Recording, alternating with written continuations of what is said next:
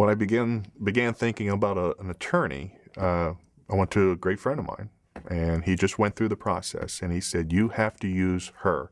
And I said, "Why?" And because he said, "She is good, and she's also a," and I said, "That's what I think I'm going to need." And set up an appointment.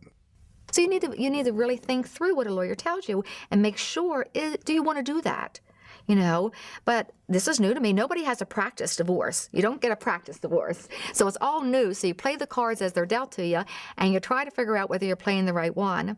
And of course, being my first adventure in this, I just looked at the lawyer to tell me, do this, this, this, and this, and everything will be okay. And that's what I did. I followed all the advice.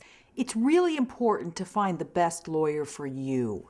Many people run to the first lawyer that they hear about or that they see in the yellow pages. That may or may not be the best person to represent you or your case. Remember that how you start this divorce is often how you end the divorce. And so to hire the meanest lawyer in town really sends a very strong message to your spouse. Now, maybe that's the message you want to send, but maybe it isn't. It's a good idea to do a little bit of research before you hire an attorney.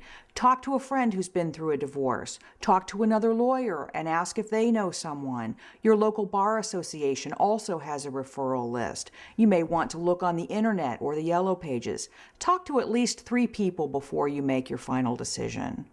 When you do make your final decision, remember to use your lawyer for legal processes and to do the homework that the lawyer tells you to do. If the lawyer asks you to put together a list of your assets and debts, do that before you come in the next time. Hiring a lawyer can be very expensive, and so you want to get the best value for your money. Remember that your lawyer is your employee. He or she is going to be nice to you, but he or she should also be giving you legal advice. Your lawyer's not your therapist or your best friend. You're going to need a best friend and maybe a therapist during this process, but that isn't your lawyer. Ask your lawyer to educate you about the divorce process. You want a partner in your case, not just someone who's going to dictate to you what's going to happen. After all, you're the one who's living with the outcome.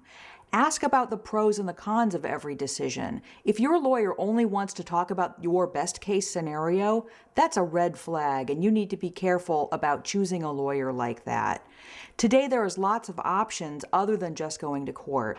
Ask your lawyer about collaborative law and mediation and litigation, and ask which of these options would work best in your case. If your lawyer can only talk about expensive litigation, you may be courting trouble by hiring this person. It may be tempting to hire the meanest lawyer in town when you start your divorce, but be really careful. People who do that are rarely satisfied with that lawyer at the end of the case.